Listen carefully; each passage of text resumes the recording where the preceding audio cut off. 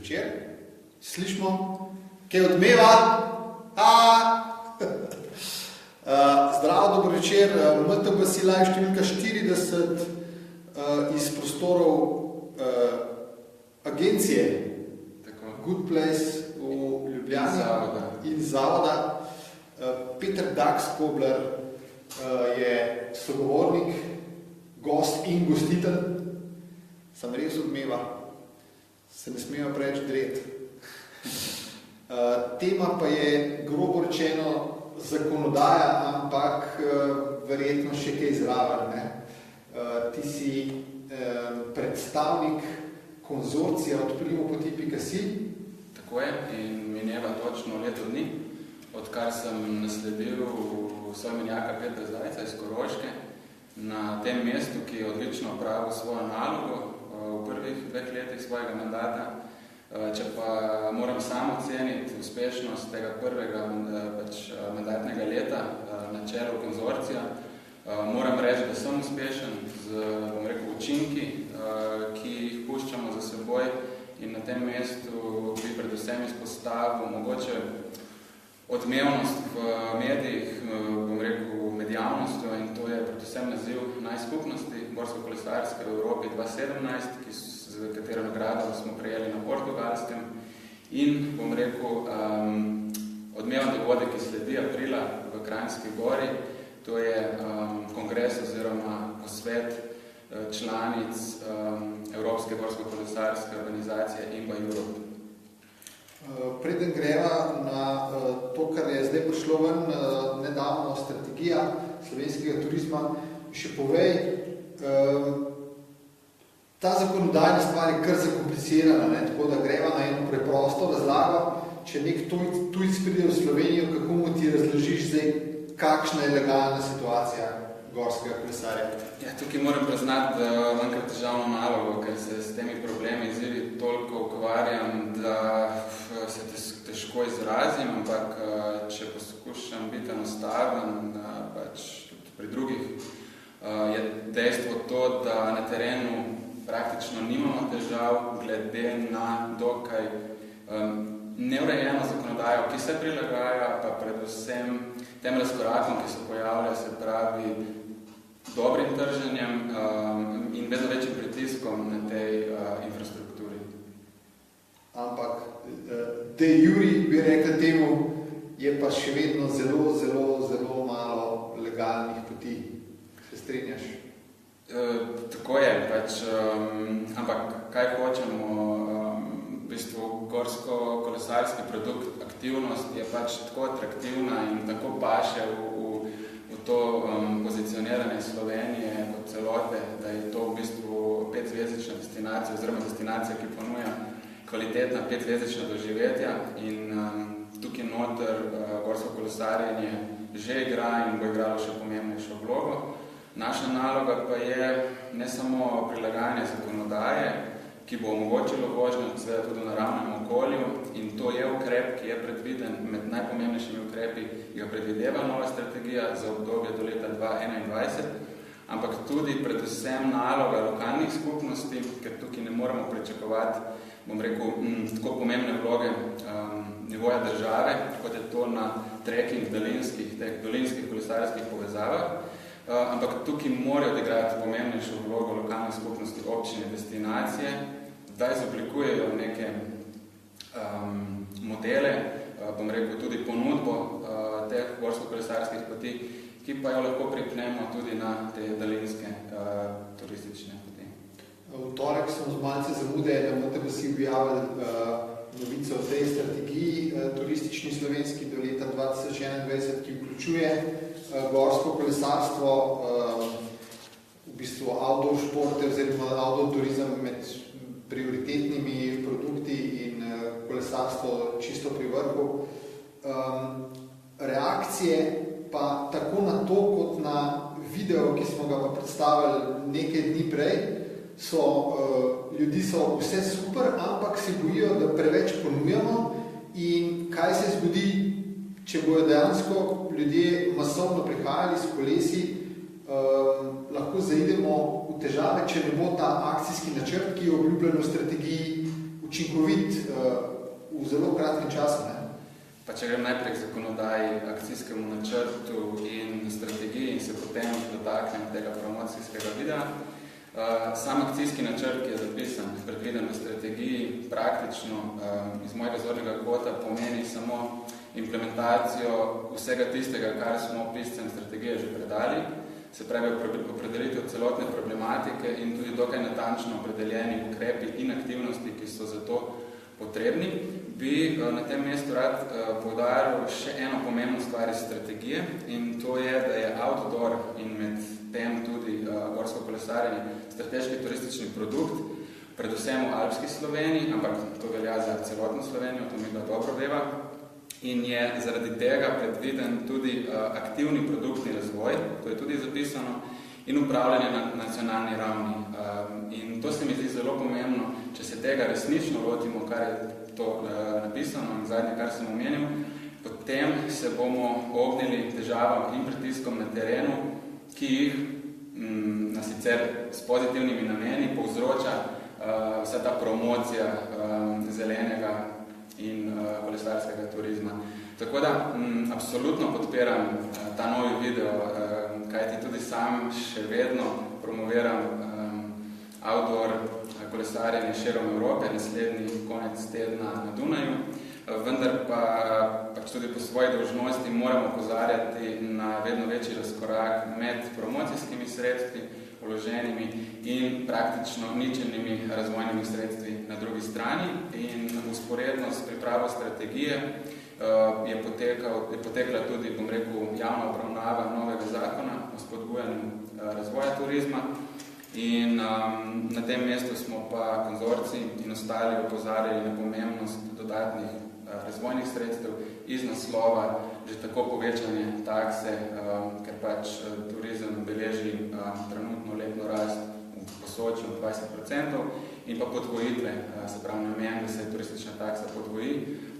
Žal pa ni bilo v štartu predvidenega, bom rekel, budžeta oziroma proračuna za razvojne sredstva, ampak samo za promocijske namene. Če bo kdo izkašno vprašanje, kar naprej.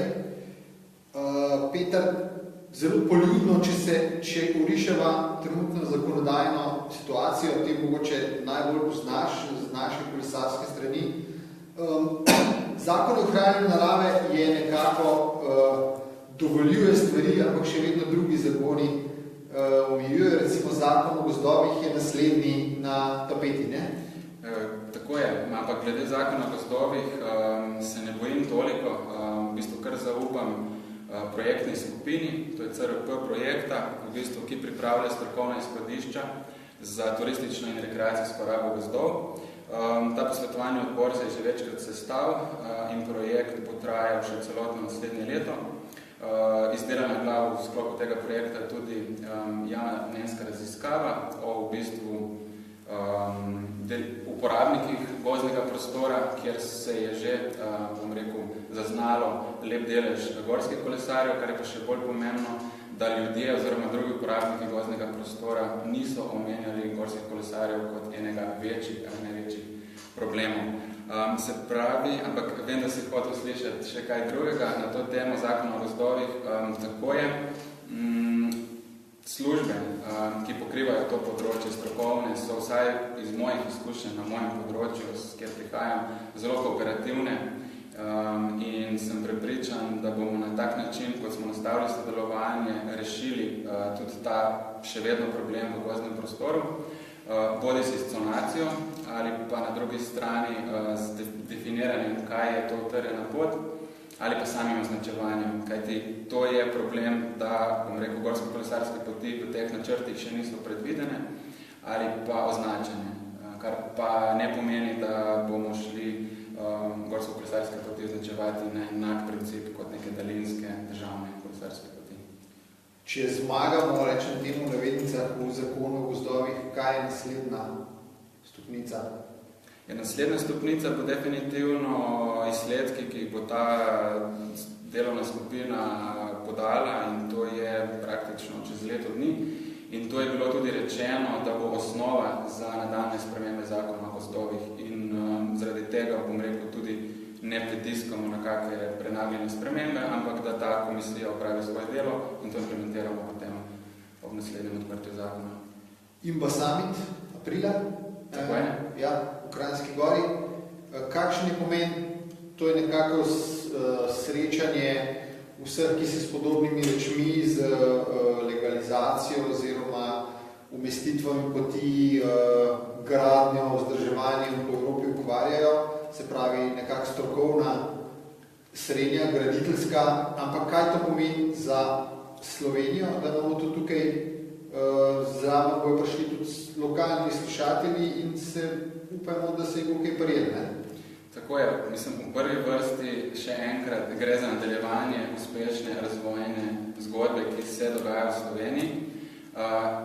Nadaljne priznanje neverjetni slovenski gorsko-kolesarski skupnosti širom države in nadaljevanje zgodbe, ki je spisala prvi vikend v aprilu letošnjega leta in smo, bom rekel, pometli s konkurenco širom Evrope in že takrat smo prevzemu priznanja izrazili jasne namene, da si Slovenija želi gostiti naslednje srečanje strokovnjakov na tem področju, kar nam je v prvi vrsti zaradi slovenske gorsko-kolesarske skupnosti in res prednjačanja Slovenije destinacije na področju zelenega turizma tudi uspelo.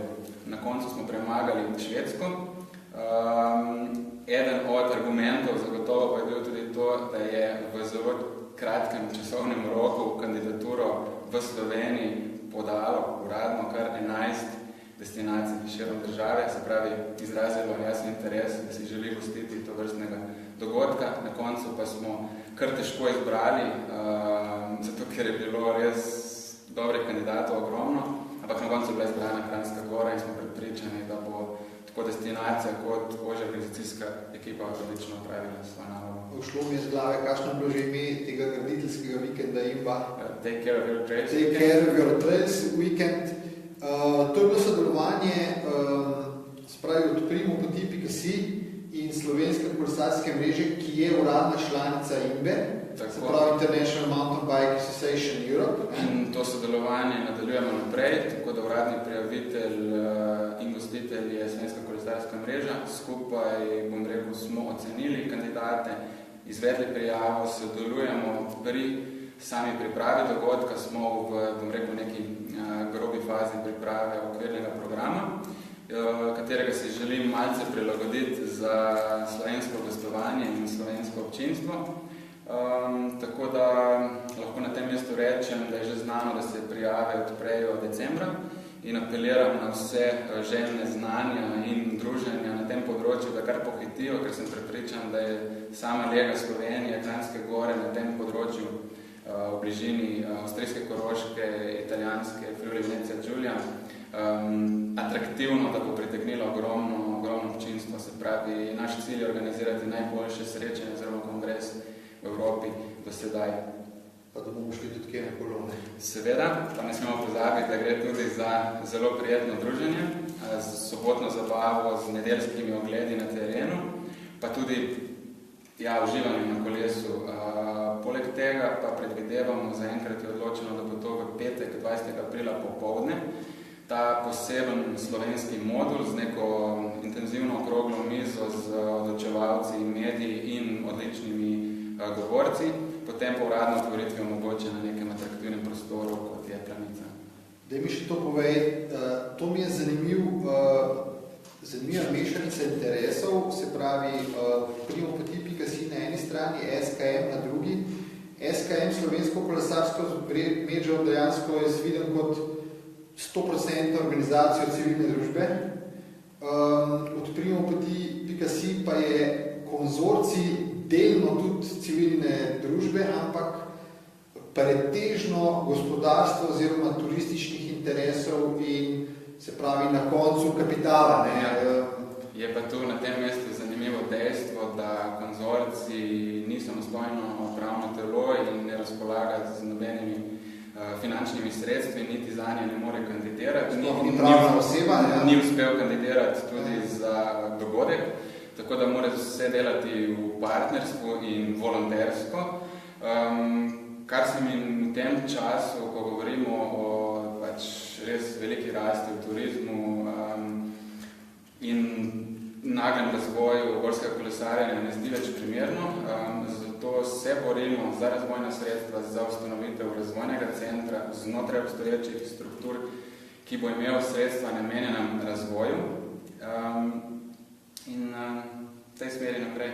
Pa če z te strani gledaš, SKM kot organizacija civilne družbe zastopa državljane. Dokler je bil samo interes državljanov za legalizacijo poti, se ni premaknilo nič. Ko je tukaj prišlo gospodarstvo s turističnim interesom in s konzorcijem, se stvari začnejo premikati. Res državljani nismo dosti pomembni, dejansko je moral priti ekonomski interes. Čeprav sem jaz tudi turist, kadar grem v Posočje voziti. Verjetno pa, ko z domačega Praga vozim, pa nisem turist, ampak tudi takrat si želim za svojo kakovost življenja imeti legalne poti. Ampak tukaj smo imeli to srečo, da takrat, ko sem sam naletel na probleme pri izvedbi teh gorsko-kolesarskih aktivnosti, nisem bil član samo nekega lokalnega društva, ampak globoko vpet v turistično industrijo in smo lahko leta 2015, ko se nam je to zgodilo v turizmu, opozorili na zelo negativne posledice, gospodarske posledice, ki jih to vrstno, zagovarjanje statusa quo povzroča. Od takrat sem ti že prej omenil, da so se številke vsaj v dolini Soče od leta 2014, na osnovi katerega smo naredili te projekcije, grobe ocene za gorsko kolesarjenje, praktično podvojile v zadnjih 3 sezonah, ker dolina Soče, na primer, kot outdoor destinacija beleži letos, projekcije so take, 25% rast. Ko so že v dolini Soče, si med prireditelji Soče festivala, ali bomo naslednje leto videli ta famozni maraton Bud-Twin? Bom tukaj pri tem odgovoru še bolj diplomatski, kot sem pri zakonodaji, ker me je to življenje naučilo, oziroma izkušnja z organizacijo na Soče outdoor festivalu. Dejstvo je tako, da na področju tekaških preizkušenj, eno vprašanje mislim, da... To se hotel vprašati, medijno vprašanje, ki se bila, kaj je pa gorski tekač? Tako, pač tam uspevamo razvijati tudi komercialno v bistvu našo zgodbo in smo letos gostili preko 1000 trail run tekačev v Tolminu, kar je neke vrste precedens za to okolje. Ampak dejstvo je, da je festival in akteri, ki smo, postavljali ta festival na noge, znani v veliki meri, predvsem po angažmaju na gorsko-kolesarskem področju. To je bil namen že v štartu in definitivno bomo tudi to zimo, se potrudili, da pridemo v sklopu Soče outdoor festival programa za leto 2018 z nečim atraktivnim, legalnim seveda, ampak nekako na poti do stare slave, če lahko tako rečem. Ko smo s tem začeli, leta 2013 smo bili med bolj zanimivimi tovrstnimi maratoni v Sloveniji, ampak naše ambicije so bile že takrat uperjene v Evropo, v svet. Zakonodaja nam je zagodila, ampak mislim, da energije in potrebnega znanja pa imamo dovolj, da poskusimo znova. Tvoje mnenje o električnih kolesih, tako te bom vprašal, kaj če naslednje leto število gostov v Posočju zraste še za 25%, sprav kolesarskih za 25%, pa še 20% zraven na električnih kolesih, ki naredijo še enkrat toliko spustov? Mislim, če greva čisto na osebni nivo, mislim, da sem v tem trenutku oziroma naslednje leto primeren za električno kolo, oziroma zrel po nekih 3 letih abstinence. Mislim, da par sem jih že sprobal, da bi bil popolnoma navdušen. Se pa spreminja tudi moje to bolj teoretski pogled na ta segment kolesarski, ki postaja vse bolj pomemben. Sam na terenu opažam vedno več seniorjev, spravi starejših ljudi, ki uporabljajo električno gorsko kolo, pa tudi, številke, ki nam jih posredujejo v listancu iz Nemčije, pač govorijo zase in gre za neke vrste optimizacijo časa in izkušnje, tako da počasi električno kolo prepriča tudi tiste, skeptike, v štartu. A imaš zdaj svoje gorsko kolo? To je bila zgodba za par let, da si prodal gorsko kolo, ker je bila ilegalna dejavnost. Pa smo te na televiziji videli, kako se vozi z gorskim kolesom. To na televiziji je že nekaj časa zgolj pozeranje, priznam. Ampak, tako bom rekel, v zadnjem času si ga sposodim in mi pač tukaj pomaga moj someščan, ki v bistvu ima lastno blagovno znamko. Tako da tudi med temi prazničnimi dnevi bomo izkoristili, bom rekel, naše prelepe terene, bolj podrobneje pa na tem mestu ne upam izdati, kam nas bodo poti vodili. Sprav tako, kaj jaz se voziš, Joyride se temu reče. Tako. Hvala lepa za tvoj čas in hvala za povabilo. Za gostovanje v studiu. Si že podpisan? Ne še. Na steni slavni. Bom narisal nekaj odborov. Ne bom užival očičkov, predolgo trajalo. Dajmo še pavček za slikco za konc. Super, hvala lepa. Na konc še EPP. Tržimo MTBC Live za 2018, iščemo pokrovitelja za 50 oddaj, pojavljali se boste tukaj noter, pa na družbenih medijih, pa v polobjavi na mtb.si, tako da ful dobite nazaj, sem boste tukaj nekaj pričali. Tako da, če imaš koga, daj. Bomo prenesli informacije.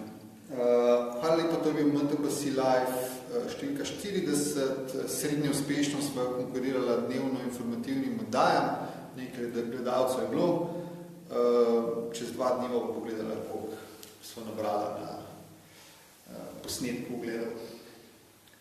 Hvala lepa, živo, zakaj ni nobeneč vprašal, pa naslednjič. Čau!